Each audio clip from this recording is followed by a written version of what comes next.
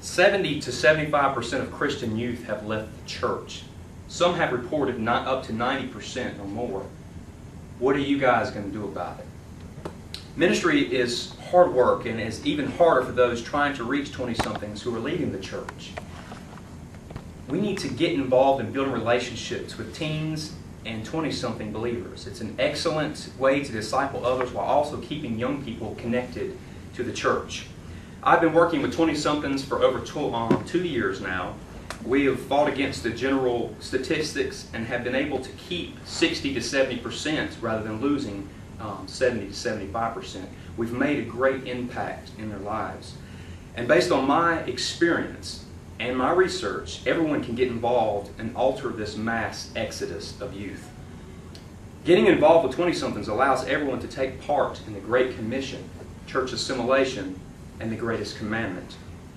Today I'll provide you with the information concerning the following: what has happened to 20-somethings, why everyone must get involved, and what to do about it. What has happened to 20-somethings?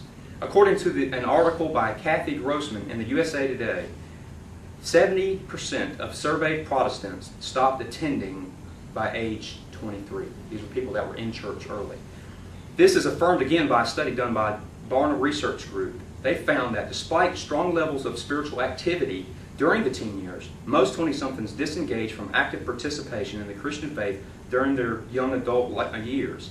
And often beyond that. In total, 6 out of 10 20-somethings were involved in church during their teen years, but have failed to translate that into an active spirituality during their early adulthood. Many youth have been served their entire life and struggle when they get older to be in a place of having to serve. Many have been taught what to believe, but not why to believe it. They've been taught about Jesus. You need to believe in Jesus, but they have not been taught why we need to believe in Jesus, why they need to be saved.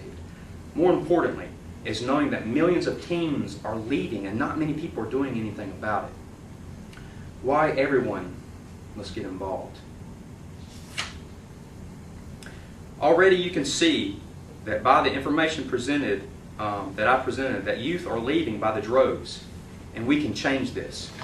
When youth graduate and are away from their church family and immediate family, they build relationships with other people that typically haven't grown up in church or not Christians altogether.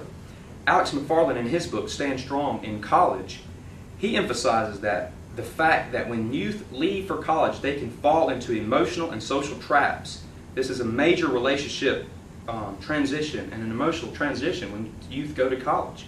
He writes, the need to belong is a strong force. It is a God-given desire.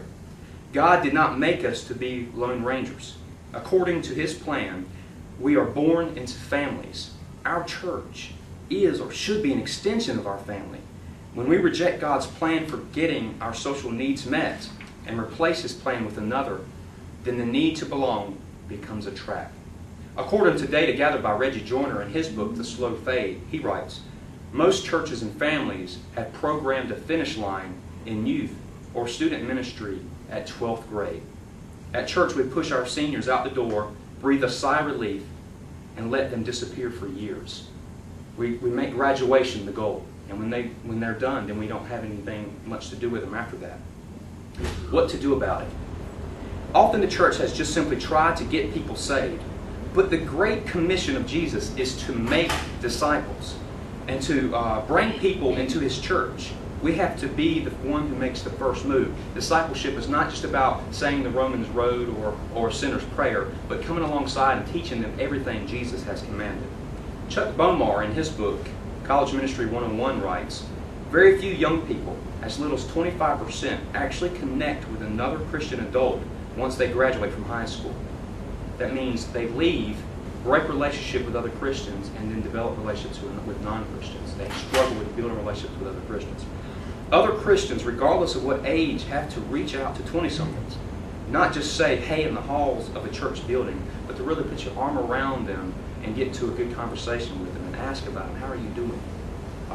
We need to invite them. Everyone needs to invite them to have lunch. They love to eat, especially when it's free. As Christians, we need to be authentic. We are surrounded by liars, politicians, other religious leaders, 20-somethings can tell when people are being fake. We need to be real with our life as a Christian. We need to speak the truth into their life without being judgmental.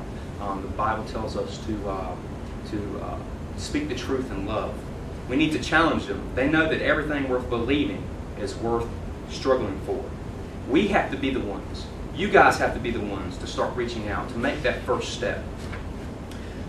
To opening a dialogue about what they like. Use Facebook, texting, or when passing them at church, open up a conversation. In his book, One Conversation at a Time, Michael Henderson writes, "The art of making disciples is the art of redemptive discussion." You make disciples one conversation at a time. We need to be available to talk, for lunch, for coffee, whenever. We need to be prepared to answer honest life questions. Now you have learned about the absence of 20-somethings in the church. What has happened, why everyone must get involved, and what to do about it. Getting involved with 20-somethings allows everyone to take part in the Great Commission to make disciples. Church assimilation, bringing them into the body of Christ, and the greatest commandment, to love God with all your heart, mind, soul, and strength, and to love others as yourself. Many of you have passed by a teen or 20-something that had used to come to church. They might still pass through the doors once in a while. We see them. You might see them out in town. You know that they have left the church and that their faith has fizzled. But you have to be the one to reach out to them. Be the one who walks over and opens up and invites them into a redemptive conversation. Thank you.